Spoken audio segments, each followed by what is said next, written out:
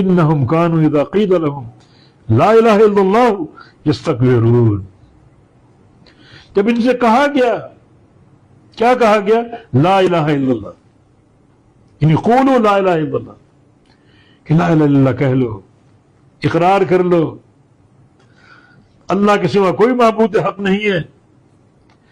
جو معبود نظر آتے ہیں دنیا میں سارے باطل ہیں، سچا معبود صرف ایک اللہ.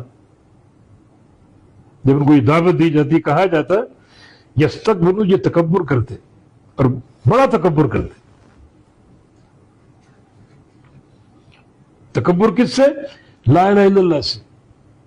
اتنی پاکیزہ دعوت، اتنی نفیس دعوت، یہ تکبر کرتے.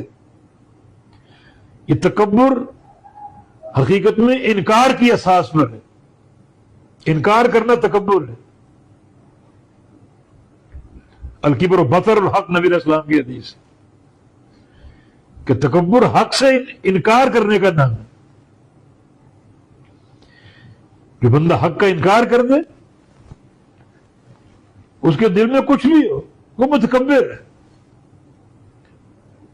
صحیح مسلم میں نبی علیہ السلام کی حدیث ہے لن يدخل جنت من كان في قلبه مثقال حبۃ خردل من الکبر.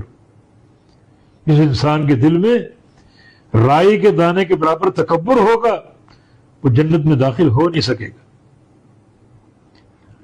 صحابہ پریشان ہوئے کہ تکبر اور بڑائی کا احساس کچھ نہ کچھ تو ہوتا ہی ہے.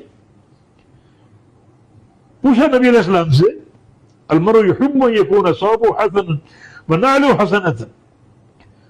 ہر بندے کی خواہش ہوتی ہے اچھے کپڑے پہنے، اچھے جوتے پہنے.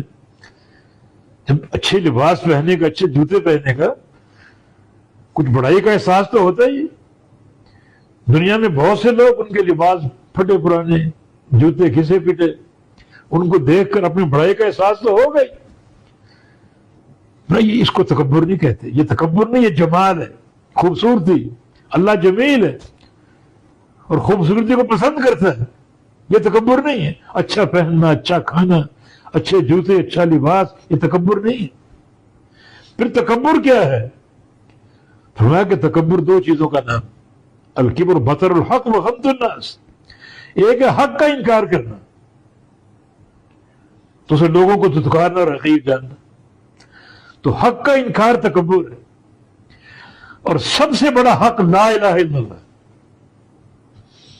اللہ کی توحید کی گواہی.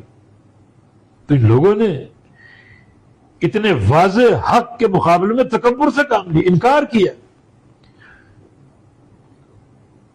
انہم کانوا اذا قیل لہم لا الہ الا اللہ یستکبرون. یہ لوگ کیا تھے؟